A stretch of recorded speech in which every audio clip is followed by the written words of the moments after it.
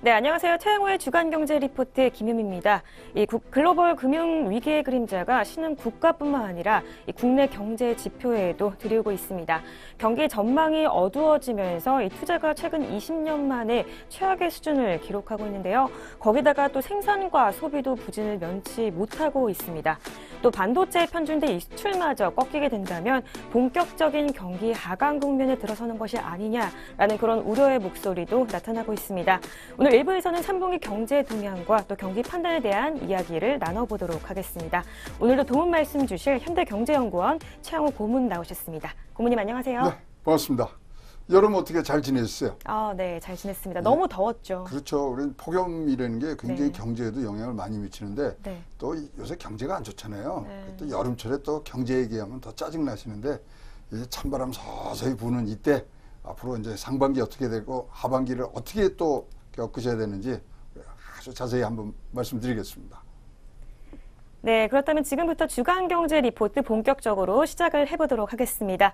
네, 하반기 경제 상황이 상반기보다 더 나빠질 것이라는 전망이 나왔습니다. 이 최근 경제 지표들의 움직임을 볼 때 경기 전환 신호가 하반기에 나타나지 않을 것이라는 가능성 때문인데요. 2분기 경제 성장률이 전기 대비 0.6%로 숫자로만 봤을 때는 비교적 양호한 수준을 나타냈습니다. 그러나 내용면으로는 수익 급감으로 인한 역설적 성장이라고 하는데 박사님 어떻게 생각하시나요? 이게요, 저 0.6%면 그렇게 뭐 나쁜 숫자는 아니고요. 네. 이것들이 이제 뭐 0.6%, 7%를 합하면 나중에 분기별로 가면 그게 뭐 2% 후반대에 나오기 때문에 좋은 숫자인데 사실 그 내용을 보니까 이게 좀 질이 안 좋은 성장이 됐어요. 역설적으로 성장했던 게 뭐냐면 자, 이제 우리가 0.6%를 한번 계산을 해보면 사실 내수에서 마이너스 0.7% 성장 기여도가 있습니다. 그러니까 내수가 이제 성장에 기여하는 부분, 내수 부진이 계속됐다는 거죠. 그러면 내수 말고 외수, 순수출, 그러니까 수출에서 수입을 뺀 부분. 자, 수입은 0.2%가 늘었습니다. 근데 수입이 급감을 한 거예요. 그래서 지금 마이너스 1.1%를 지금 소위 말하는 급감을 한 거죠. 네. 왜냐면은 전분기에는 1.8% 상승을 했는데 그게 뭐 거의 이제 3% 차이가 나도록 진짜 스윙이 됐습니다. 네. 그러다 보니까 수출도 조금 됐는데 여기가 기여도가 0.7% 간다는 거는 뭐냐면은 수입이 그만큼 줄은 거예요.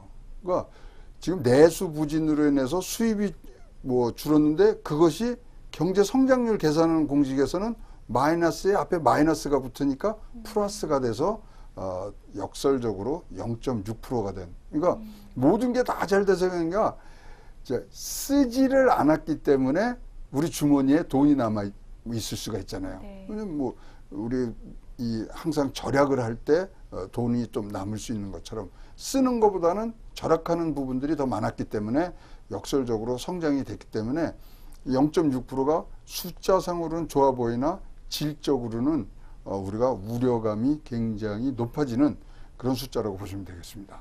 네, 수익 감소에 의한 역설적 성장에 대해서 이야기를 해주셨습니다. 그리고 경제 선행지수가 이 장기간 하락 추세를 계속 보이고 있는데 3분기에도 이 현상이 계속 지속될까요? 이제 우리 경기를 이제 판단할 땐 두 개를 봅니다. 경기 동행지수가 있고 네. 경기 선행지수가 있습니다. 경기 동행지수는 지금 경기의 상황을 얘기를 하는 거고요.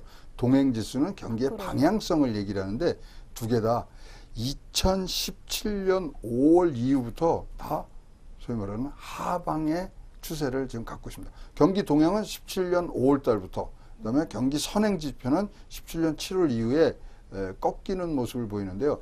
지금 정확히 말씀드리면 지금 정부에서는 경기 침체가 아니다. 이러고 있고 우리 뭐 민간 연구소들에서는 아니 이제 벌써 침체가 시작됐다 그러는데 그것을 종합적으로 공통적으로 얘기하면 경기 상승 요인은 없다.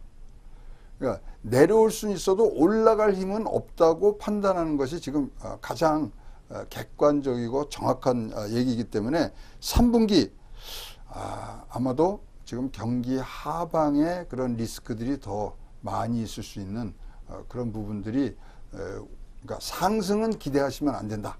이렇게 표현하는 것이 더 맞는 얘기가 됐지 않을까 봅니다. 네, 전형적인 경기의 하락에 대해서 말씀을 해주셨습니다. 네, 다음 질문 이어가도록 하겠습니다. 수요 부문별로도 각각의 경기 동향을 좀 살펴보려고 하는데요. 먼저 박사님, 내부재 중심의 이 소비는 회복세를 보이고 있다고 하는데요. 7월달 소매 판매 좋았어요. 생각을 해보시면 저게 이제 우리가 인하해준다고 했잖아요. 개별 소비세. 그러니까 뭐 자동차라든지 내구세 이게 6%까지 올랐어요. 그리고 지금 2분기에도 성장률의 0.2%를 기여하는 그런 뭐 조금씩 소매 판매들은 지금 올라가고 있는데 지금 뭐 소비재 수입 물량이라든가 소비 총량 이런 것들은 조금씩 늘어나고 있습니다만 늘어나는 게 우리를 만족스럽게 하고 우리 경제에 도움이 되게 늘어나는 게 아니죠. 늘어나는 폭이 아직도 우리 경제에 동력을 줄 만큼 그런 아주 소비 증가세를 보이지는 않고 있습니다. 그래서 소득 주도 성장이라는 것이 소득이 늘어나서 소비를 많이 함으로 해서 그것이 투자와 고용으로 이어지는 그런 소비 주도 성장의 지금 한 축인 소비 부분이 소득이 늘어난 만큼 지금 효과를 못 나타내고 있기 때문에 지금 모든 지표들이 우리가 생각하는 것보다 조금 뭐 하향치를 지금 계속 유지하고 있는 부분들이 있기 때문에 지금 그래서 뭐 정부에서는 그러는 거 아닙니까? 눈 내릴 때까지 좀 기다려달라. 내년도 상반기까지 좀 기다려달라 그러는데 한 끼만 굶어도 배고프잖아요. 경제가 그만큼 예민한 거기 때문에 빨리 지금 뭐 최저임금 상승이라든가 이런 것들로 인한 소득 증가가 소비로 이어지는 부분들이 좀 빠른 속도로 가야 되는데 아직까지는 동력을 발견하기는 좀 어렵습니다. 네, 다음 질문 이어가도록 하겠습니다. 설비 투자의 감소에 대한 우려감도 굉장히 높은데요. 박사님, 단기간에 이 회복될 조짐이 있을까요? 없습니다. 지금 금융 위기 이후에 그때도 2009년 가면 18%대 20%대를 갔는데 지금은 전분기만 보더라도 건설 투자는 마이너스 0.3, 설비 투자는 마이너스 0.5. 뭐 건설 투자야 뭐 그렇다 그러지만 설비 투자라는 것은 지금 설비를 하면은 뭐 5, 6개월 후에 이제 고용이 일어나고 생산이 일어나기 때문에 굉장히 선행 지수로서 우리가 잘 보고 있는 건데 그것이 줄어들고 있는 부분이거든요.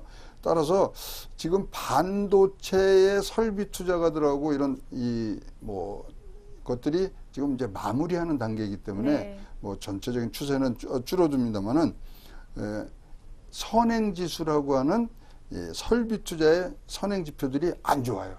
그러니까 기계를 발주를 한다든가 또는 자본재의 어떤 수입액 이런 것들이 굉장히 약한 모습들을 보이고 마이너스를 보이고 있기 때문에 그렇다면 3분기, 4분기 하반기의 경제 동력을 여기서 찾아야 되고 여기서야말로 고용이 나오고 소득이 나오는 부분인데 이 부분들이 약한 것들은 우리가 뭐 지금 전체적으로 종합적으로 봤을 때 경기의 침체기라든가 하방의 요소들이 더 크게 작용할 수 있는 부분이죠. 그래서 설비 투자 우리가 꼼꼼히 이제 봐야 되는데 사실 97년도 9월 뭐 IMF 이후에서 98년 6월까지 사실 10개월 동안 설비 투자가 줍니다. 그때 IMF 터졌을 때죠.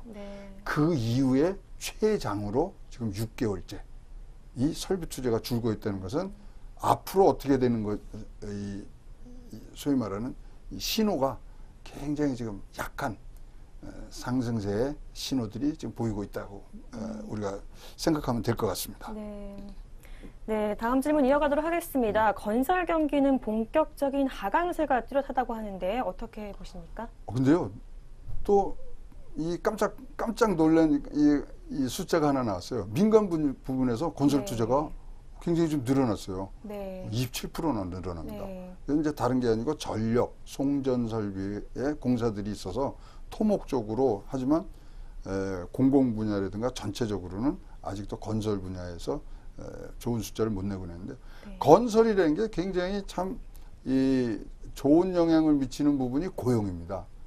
일용직도 많이 쓰고 뭐 노동이 많이 들어가야 되는 그 상황이기 때문에 건설 분야가 이제 활황이 되면은 사실 전후방 효과가 굉장히 커요. 근데 의도적으로 지금 정부에서 계속 이 문재인 뭐 제이노믹스에서는 건설 분야를 지금 뭐 옛날 같이 SOC를 뭐 크게 늘려서 뭐 하는 것이 적폐라고 이제 규정을 하고 그쪽으로는 안 늘린다 그랬는데 지금 아니 뭐 지금 뭐 검은 고양이 흰 고양이 지금 따질 때가 아니기 때문에 조금 더 이런 부분에 선제적으로 또 뭐 공격적으로 재정을 좀 확대해 주시는 방법도 이 침체기를 들어가는 입구라고 생각하는 이 시점을 넘어가는데 뭐든지. 굉장히 도움이 네. 될 것 같습니다. 네, 건설 경기의 어떤 호황에 대한 이 정책들을 좀 기대해 보면서 다음 질문 이어가도록 하겠습니다. 수출은 계속 지속세를 보이면서 이 상반기 호조를 이어갈까 사람들이 많이 기대하고 있는데 어떻게 전망하시나요? 뭐 다 아시듯이 반도체가 이끌고 있죠. 반도체가 이끌고 사실 4월 달하고 6월 달에는 수출이 마이너스가 됐었어요. 그래서 다시 이제 7월 달에 6.2%, 8월 달에는 8.7%까지 이제 올라가는데 뭐 반도체 부분이라든가 이제 부품 위주로 지금 늘어나고 있기 때문에 너무 양극화되는 거 아니냐는 우려감이 있습니다만 좋은 소식은요. 중국에 수출하는 대중국향 수출이 20%가 늘었어요. 많이 늘었네요. 많이 늘은 거죠. 그럼 네. 거기도 이제 뭐 한한령이 좀 잦아들고 특히 이제 중국이 미국과의 그런 미중 무역 전쟁을 하고 있음에도 불구하고 다른 나라, 특히 아프리카 쪽에 굉장히 수출을 지금 노력을 하고 있거든요. 네. 그런 부분에 이제 편승을 해서 가는데 품목별로는 여전히 반도체 집중되는 그래서 지역의 다변화, 그다음에 품목의 다변화가 뭐 계속 얘기를 하고 있습니다만은 이런 부분에는 확실히 정부의 어떤 선도적 역할이 굉장히 필요한 것 같습니다. 네, 다음 질문 이어가도록 하겠습니다. 물가에 대한 질문도 또 빼놓을 수 없는데요. 요즘 10,000원만 들고 가도 마트에서 살 수 있는 게 사실 많지 않습니다. 그렇죠. 이 하반기에 물가 전망은 어떻게 보십니까? 아니 뭐 폭염도 있고 그래서 뭐 채소값이라든 식료품값이 많이 올랐어요. 자, 물가를 얘기할 때 항상 우리가 물가만 보지 마시고 지금 사실 경제 고용이 굉장히 침체 상태 아닙니까? 무슨 네. 뭐 고용 대란, 절병 뭐 이런 얘기들 하는데 고용이 적어지고 일자리가 없어지고 소득이 좀 안 오니까 내수가 부진한 거예요. 내수가 부진하다 보니까 네. 사실은 저물가가 굉장히 지속이 되고 있거든요. 저물가가 꼭 좋은 건 아닙니다. 사람이 이제 경제가 뛰려 그러면 물가라는 게 사실은 혈압 같은 거거든요. 네. 우리 저혈압이면 몸이 축 늘어지잖아요. 네. 그래서 혈압이 맞춰줘야 되는데 그것을 지금 못 맞춰주고 있는 네. 상황이고 근데 폭염 때문에 갑자기 혈압이 확 올라가면 굉장히 위험한 상태 아닙니까? 네. 그런 상태들이 지금 계속되는데 지금 문제가 수입 물가도 올랐어요. 그리고 내부적인 생산자 물가도 지금 올라가고 있어요. 이런 것들을 봤을 때 하반기에는 물가 상승의 압력이라든가 또 생필품을 중심으로 한 물가의 상승이 어떤 식으로 우리 경제에 지금 영향을 미칠 것인가 고민이 많아요. 물가가 오르면 어떻게 해야 되냐면 정책당국에서는요 금리를 또 올려야 되거든요. 네. 근데 금리 올릴 수 있는 지금 우리 경제 전반적인 상황이 안 됩니다. 금리는 올릴 때는 항상 호황 때 올리는 거거든요. 금리란 것은 돈의 가격이잖아요. 네. 돈의 가격을 좀 올려주면 어떻게 돼요? 물가는 내려오고. 네. 그래서 항상 이 트레이드오프가 있습니다. 이 상관관계가 그런 역으로 가기 때문에 굉장히 지금 뭐 한국은행이라든가 물가당국 골치가 아플 거예요. 지금 금리 하시는 분들 특히 한국은행은 올리지도 못하고 내리지도 못하는 아주 진퇴양난의 지금 상황을 맞고 있거든요. 그런 부분들이 감안했을 때 물가가 이걸 올려야 되느냐 뭐 올린다고 우리가 올려지는 건 아니지만 시장을 그냥 시장 뭐 자율로 가게 만들 것이냐 아니면 적극적으로 개입을 해서 저물가를 계속 갈 것인가 고민이 깊어지는 가을밤이 될 것 같습니다. 네, 물가 안정에 대한 또 다양한 대책들도 시급한 상황인 것 같습니다. 네, 다음 질문 이어가도록 하겠습니다. 산업별로도 경기 동향을 좀 살펴보려고 하는데요. IT 부문의 상승세가 가파르다고 합니다. 어떻게 생각하시나요?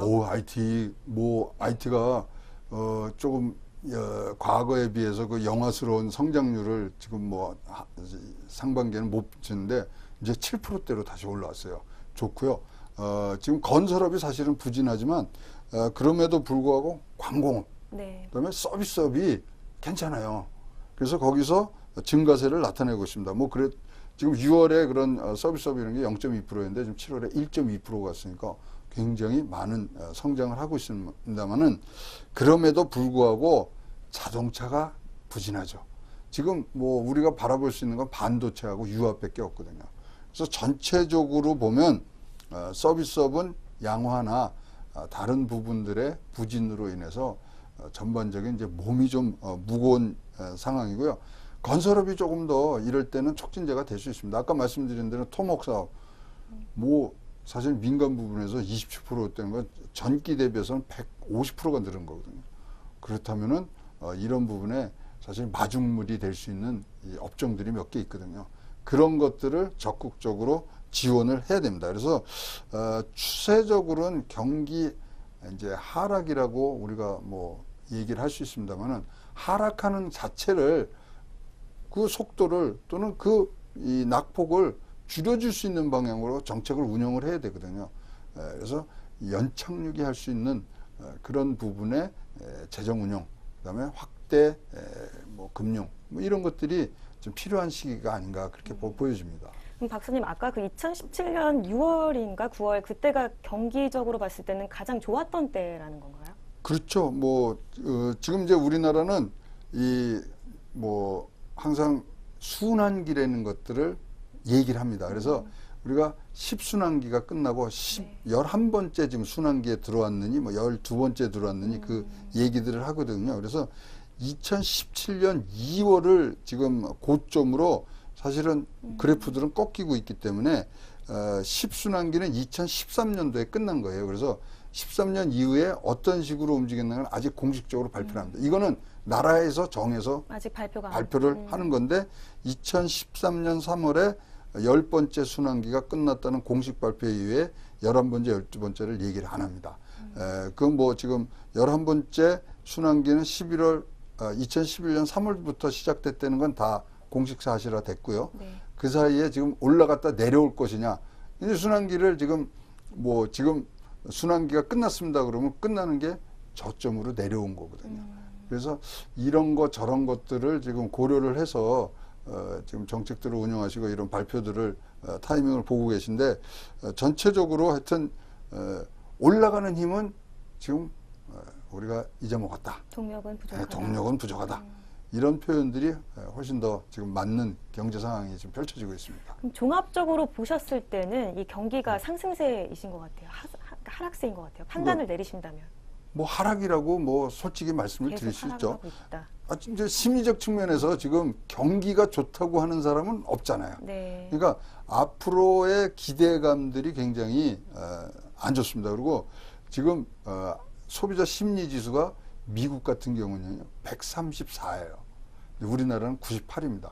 100을 기준으로 해서 경기가 앞으로 좋아진다면 100이 넘어가는 거고 그 밑으로 내려오면 뭐 경기가 앞으로 나빠진다는 6개월 후에 그런 게 소비자 심리 지수인데 지금 미국 우리나라보다 12배 큰 경제 규모를 갖고 있는데도 4% 얘기를 하고 있어요. 트럼프가 트위터에 또 썼어요. 자기네 3분기에는 5%까지 간다는 거예요. 미국 경제 5%는요. 그 큰 데가 5% 굉장한 거거든요. 그런 것들을 감안했을 때 우리나라는 아직도 불확실성 상태에 대한 이 기대 심리가 굉장히 약해 있고요. 그다음에 이제 뭐 아까 말씀드린 투자 절벽.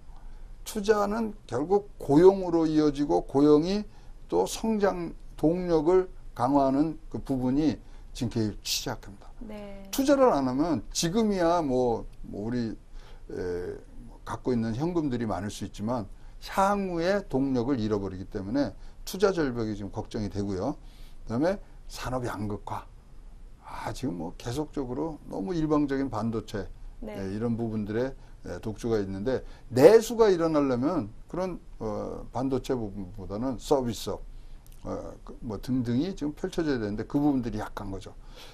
그리고 지금 뭐 많이들 들으셨지만 대외 리스크, 미중 무역 전쟁 이런 것들이 합쳐져 있을 때는 하방 리스크가 훨씬 더 큰 그런 뭐 우리 가을과 겨울이 우리를 기다리고 있다 이렇게 뭐 판단을 하고 싶습니다. 아까 지적해 주신 대로 2019년에 경기 저점이 도래한다라고 말씀하셨는데 이럴 때 어떤 정책을 정부가 선제적으로 운용을 해야 될까요? 자, 이제 2019년도에 경기 저점이 온다 그러면 2019년 하반기에는 경기가 개선된다고 우리가 볼수 거꾸로 있는 이을 수 있는 거죠. 네. 그러려면은 그때까지 버텨야 되잖아요. 버틸라 그러면 나라에서는 진짜로 내수 부진 장기화에 대비한 재정 정책을 확대해야 되죠.